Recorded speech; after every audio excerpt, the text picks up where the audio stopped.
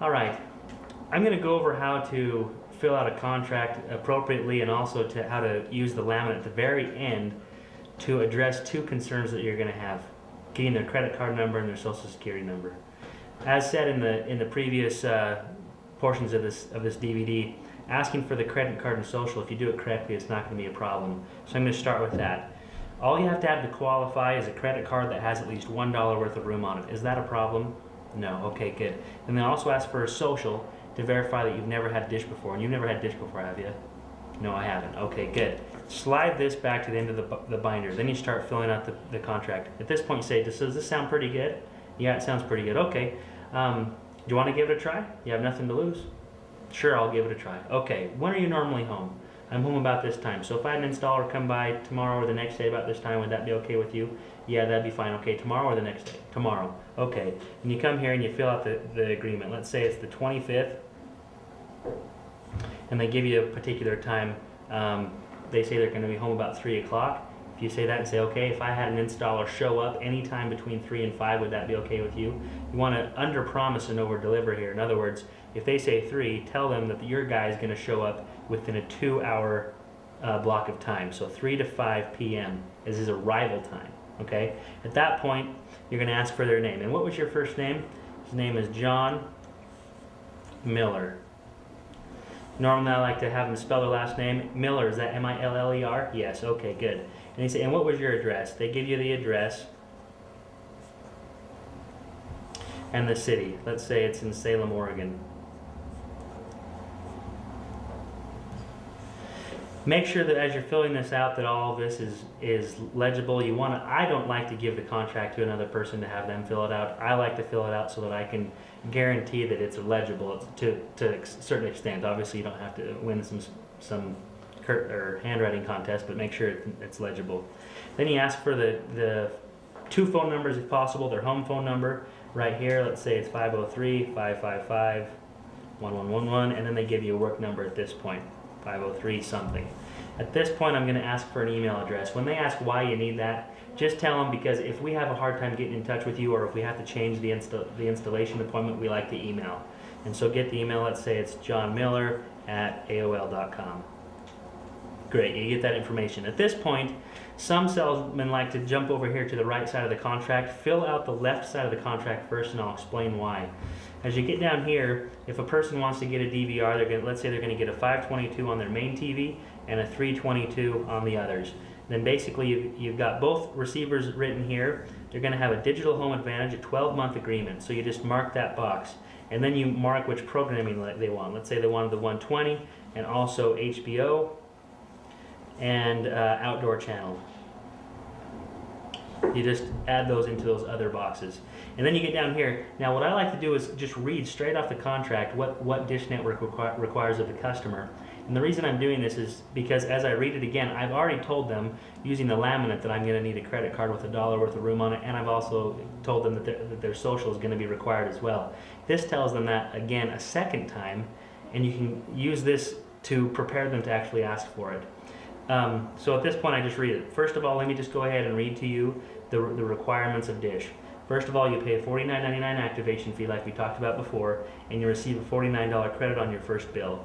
You provide a major credit card and social security number for credit approval and agree to purchase 12 consecutive months of at least the top 60, and then I guarantee a free installation. That's basically it. And then I ask them at that point, now, do you have any questions? Normally, nope, they understand it. Okay, and what is your social? At this point, you do a silent close, ask for the social, and then just hold your pen to the paper ready for a response.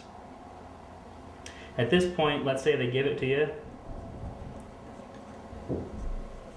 They give you the social. Now, if they start to hedge on that, they say, now, do you actually need that? And you say, yes, yes, I do. And then you just wait for them to give it to you. Now, if they go, well, why do you need it? Then you can just go down here. Well, basically, they do it like I said.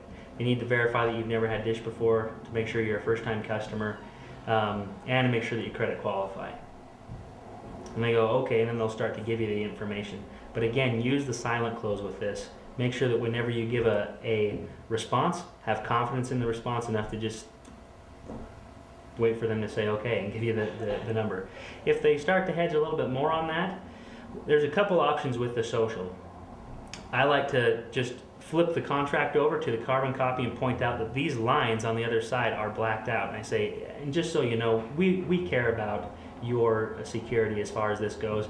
You can use feel, felt, found and say, I know how you feel. One of your neighbors felt the same way, or I felt the same way. This is one thing that we do to help you. And so you can just turn it over to the carbon copy and show them that on the social and the credit card lines, that's blacked out in the carbon copy. That might help them out as well. Another thing is if it comes down to it, then another way to overcome this concern is you can say, you know what, I don't even need to write it down. However, when I talk to my secretary on the other end, when I call this in to schedule the installation, I'm going to need you to tell her so that she can enter it so we can get you credit qualified. That's another way to do it. So you get this information, then you say, and then I also need a credit card that has at least $1 worth of room on it. Normally they say, you need that right now? Just say, yep, and just wait for them to get it out. And then they give you this information. At this point, you just fill out this information, and then you put the expiration date right here. So let's say it's 5/6. And then right here, make sure you put in, this is going to be a Discover card, and write the name of the person whose card it is right here. Now at this point, you start to move down into this area here. Normally I like to have the customer just pay for their activation right here using the credit card because it solidifies the sell. So I'll say, now $49.99 activation fee, do you just want me to put it on this card?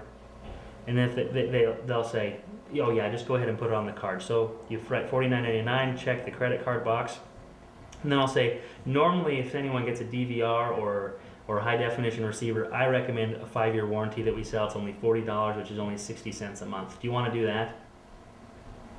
And then just do another silent close, and they'll either say, yeah, okay, fine, I'll do that, or they'll say no. So whatever it is, if they say yes, then just go ahead and, right here it says number of receivers. You want to warranty the first receiver at $40.